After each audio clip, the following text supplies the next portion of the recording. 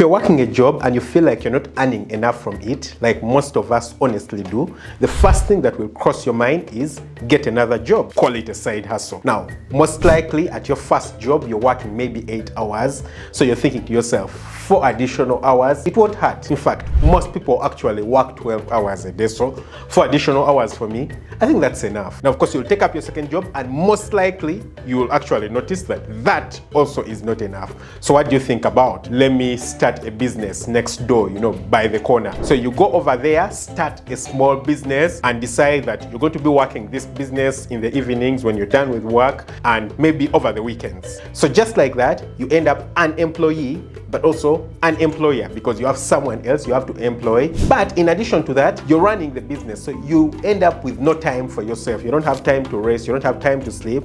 But also, the business is stressing you. You're not making any money from the business. You feel like life is crap. Now, did you know that according to the UN, stress, overtime, and disease contribute to 2.8 million worker deaths every year? That's really crazy. So with you working all this time, you're not only going to end up stressed, financially insecure, struck broke, but most likely you'll even end up dead. So it's really not worth it starting a side hustle. In today's video, I'm going to be sharing with you what you should be doing instead. So stick around right through to the end. The first thing that you need to recognize over here is what problem you're having. The problem you're having in this scenario is that you're exchanging your time for money, and that's such a bad trade, a really, really bad trade. If you make such an exchange, you're just guaranteeing to yourself that you can never end up rich. Now let's just go a little bit into details with this. What's the problem with exchanging your time for money? First of all, time is limited. You only have 24 hours in a day, 24 hours maximum, and of those 24 hours you're going to need a particular amount of time to sleep. And maybe because you're having too many side hustles, you might maybe sleep 3-4 hours a night, and if you're only sleeping 3-4 hours each and every day, you're going to end up really, really stressed. But the idea is you only have a limited amount of time. You don't have infinite time. But the second thing is, it doesn't matter who employs you, there's a maximum amount of money that can be paid for your time. They're not going to pay you $1 million for every hour of your time. There is a certain amount of money that they'll pay maximum. Even if you're a CEO, there's a maximum amount of money that they're going to pay you, and it doesn't matter how much more effort you put in, your employer, because of how much money he's also getting from the business and how much he needs to keep, all the other expenses he has to run, he cannot pay you beyond a particular figure. So what that means is that there's a cap on how much you can earn. The third thing is that you're going to get really exhausted and tired. The thing is that it's very difficult for anyone to actually ever feel like they have enough money in their lives. Now, what that means is that if you're going to decide to exchange your time for money, you're going to end up very exhausted, trying to make sure that you spend every time that you have awake working. You're thinking to yourself, well, I'm wasting time eating, why not work? I'm wasting time visiting my kids, why not work? You're going to end up really, really exhausted, and most likely, if your body is continuously exhausted, you're going to end up sick. But number 4, you will never ever get time to do the things you love. Never, because everything in your life is all about getting money, and the only way you can make money is about exchanging it for your time. So you never get time to spend with your kids. You never get time, to spend with your family and friends. You never get time to go for that holiday. You even never get time to rest. If for you, the things you enjoy in life is resting, watching movies, you never ever get time to do those things. So now, how do you solve the problem? Brian Page, in his book, Don't Start a Side Hustle, listed it out simply in 4 easy but very important and critical steps. And I'm going to be going through each and every one of these steps. By the end of these 4 steps, you should certainly 100% be certain of what you should be doing, why you shouldn't be starting a side hustle, why you should be doing exactly this to ensure financial freedom for you. Point number 1 is know your why and your walk away number. Now, it's very important that you understand why you're working, why you're doing everything you're doing, because it will determine all the actions, all the steps that you're going to go through. It will determine your drive. It will determine whether you're going to actually attain what you're looking for or not. So, are you working for the money? For your goal is to just have more and more and more and more and more money. If that's the goal, then there are particular things you're going to need to do in order for you to get to that point. I don't know if you can actually get to the point where you feel like you have enough money if your goal is to just have more and more money. Is there a particular figure that you actually want to have in your life? Is it $1 million? Is it $1 trillion? What's that figure? That's the why. Also, maybe you're working for free time. The reason that you want to start a side hustle, the reason that you want to make extra money is maybe because you want to get time to spend with your family, time to spend with your friends, time to do the things that you love. For me, ideally, I identified my why. My why was mainly two things. Number one, I wanted to be able to spend time off, travel, without worrying about the cost of something. I don't want to be traveling and I've gone to maybe this part of the country, or I've gone to this other country, and I'm thinking to myself, well, will I be able to pay the bill? Will I be able to pay the flight ticket? I just wanted to travel and enjoy whatever I'm traveling about or whatever has taken me there without thinking about the bill. But the second thing is that I wanted to be able to get the time to do the things I love. For example, the YouTube channel. I enjoy making YouTube videos. I enjoy motivating and talking to people.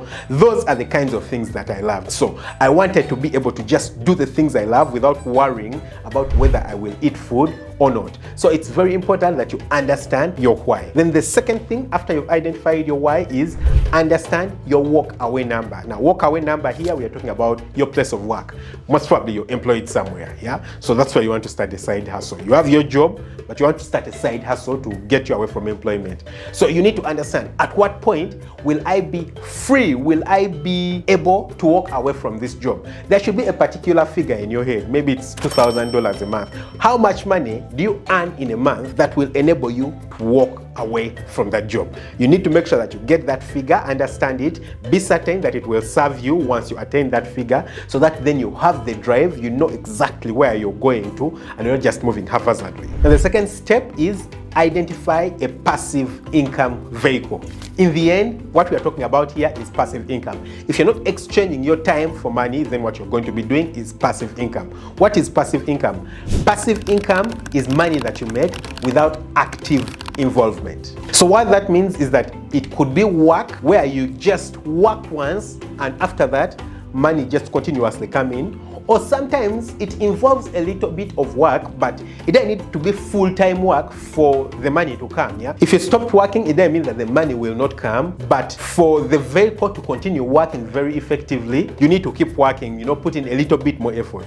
So that's what passive income usually involves. Now, the thing with passive income is that a lot of times it involves quite an amount of work up front. You do a lot of work up front, but then after you've put in most of the work up front, you can then sit back, chill, and relax, and the money will be coming into your pocket. So it's not like there's completely no work at all. No, there is work, and actually sometimes you need to make a lot of sacrifices in order to put in place the systems and the things that will ensure that you get passive income. But once you put in that work, everything is just going to keep flowing towards you. So what are some of the examples or the types of passive income vehicles that you can invest into? Now, the first example is content creation. Content creation is an awesome vehicle for passive income creation because it's quite easy. All you need to do is make sure that you're an expert at something, you understand something, sometimes just a little bit better than the rest of the people. The people who know a bit less than you are willing to just follow you and listen to you, and just like that you'll have created a passive income stream. It can bring in quite an amount of money. So with content creation you can do quite a number of things. Number one, a YouTube channel. Just like I'm doing a YouTube channel right here. I'm making this YouTube video, I'm going to place it on YouTube, and for some time it will just be running over there. I'm going to continuously make money from this YouTube video. Could make $1,000, $10,000, $50,000 from just a single video, depending on whether people love it and enjoy it and if it has value for the people. Another one is probably making an online course, a digital course where you train people, place the course on the internet, people will come and probably subscribe or buy it, and you'll be getting money into your pocket. Another one is doing things like an ebook creation. You create an ebook, people will probably just purchase it or download it online, and then you're making money from it. And also blogs, you get content, write it down, place it on a website, people come and read it out, and just like that you're getting money into your pocket. Vehicle number two is online products. So online products can also make quite an amount of money. You just put in quite an amount of time at the beginning to make the product, dedicate as much time as possible, make sure it's perfect, make sure it serves the need for the people, and then just place it on the internet, and you're going to have people coming to buy this product. Examples of this can be an app. You design an app, maybe a gaming app, or maybe an app that solves problems, an accounting app, any kind of app. It's a product that you place on the internet and people will purchase it. It could be cups, it could be a design of something that you can sell maybe on Etsy, a pattern. It could be t-shirts. It could be photos that you probably just go and shoot, place them on the internet, maybe on like a website like iStock. People come and check them out, and just like that, you're making money. Vehicle number 3 is assets.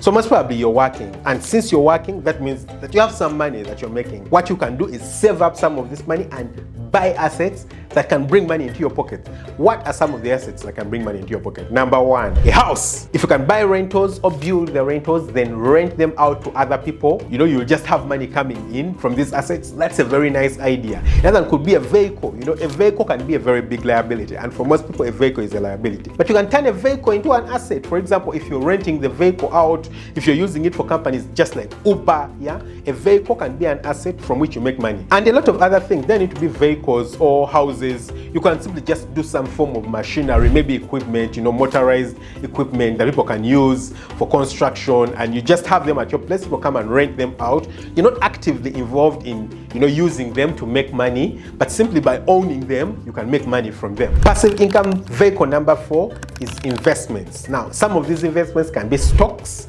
So you can invest in all kinds of stocks. There's so many stocks. I won't be here to advise you which type of stocks is best for you, depending on the country you're in and what you're interested in and your risk levels. You can just look out for which kinds of stocks you can invest in and just make money. Another could be bonds, another can be mutual funds. All these can bring money into your pocket. And then the 5th vehicle is a business. Now, of course, this is quite crazy that I could talk about a business as a passive income idea, but I personally understand that a business can be a passive income vehicle. Most people do believe that you need to 100% work in your business for it to be successful, but that's not true. I mean, look at KFC, look at McDonald's, look at all these places. Anyone can go and work in those places and they will work out. The people who own these businesses don't even understand what's happening in there on the day-to-day basis. Sometimes, they just own them and they have let systems run the businesses and they bring money into their pocket. So the other thing that you can think about is actually a business. You don't need to physically be involved in a business for the business to be successful. I've actually made a video about this. I'll leave a link to it in the description. You can check it out, about how to run a business that is fail-proof. Now, step number 3 is grow your passive income vehicle until you reach your walk-away number. That's it. You need to focus on it and do everything as effectively as possible to grow your passive income vehicle. Whichever that you've decided upon, whatever that you've decided to concentrate upon and give it all the concentration and focus on, I advise that you just let it grow. Grow as much as possible. For me personally, for example, I had 2 passive income vehicles. What I advise you actually is to concentrate on 1 passive income vehicle. Don't concentrate on very many. If you concentrate on 2 or 3, usually you end up not focusing and not giving the very best, and hence not getting the very best results out of any of them. So concentrate on just 1 of them. Now, what I'm telling you is not what I practiced, but I believe it is the best option. For me, I did 2 of them. One of them was a business and another one was a YouTube channel. So I created a YouTube channel, and from the YouTube channel I was actually making money. It's crazy but true. But if you watch YouTube, you understand that you can make money from YouTube. So I was making quite some money from YouTube. But secondly, I was doing a business. Now, of course, when I started the business, I was spending quite an amount of time on the business. But then I reached a point where I was spending so little time on the business.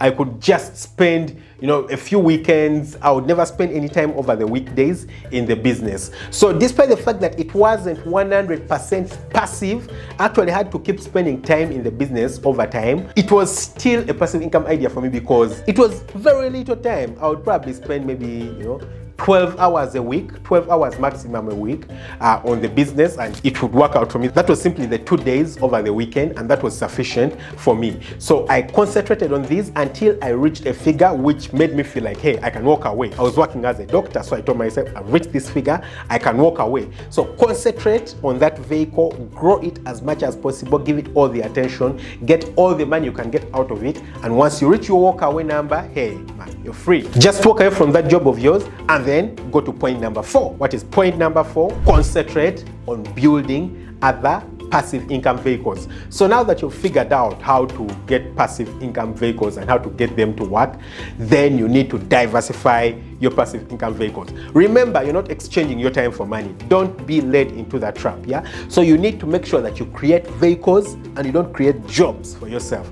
You can easily be driven into the trap of you creating just multiple jobs for yourself, and you actually notice that you are trying to run away from something, but you've run into a worse problem. No, make sure that all the passive income vehicles that you decide to start are actually passive income vehicles. They will run themselves, whether it's a business, whether you decide to do, some form of real estate, you're involved in assets, whether it's content creation, whether it's online business. You need to make sure that you create systems for them to ensure that they don't take up your time, to ensure that they are simply vehicles to bring you money and they're not tying your time up. And once you've done these 4 things, you've generally got it figured out. But you're probably thinking to yourself, well, Dr. Daniel, you've talked about the passive income vehicles, but what are the best? What do you think would work for me best? Which ones would bring me the biggest amount of income? Well, I've made a video, I leave a link to it right here, about the best online passive income ideas and how exactly to start them up and how to make them work. I trust if you check it out and follow them, it will bring you a lot of value. Don't forget to hit the subscribe button, smash the notification bell.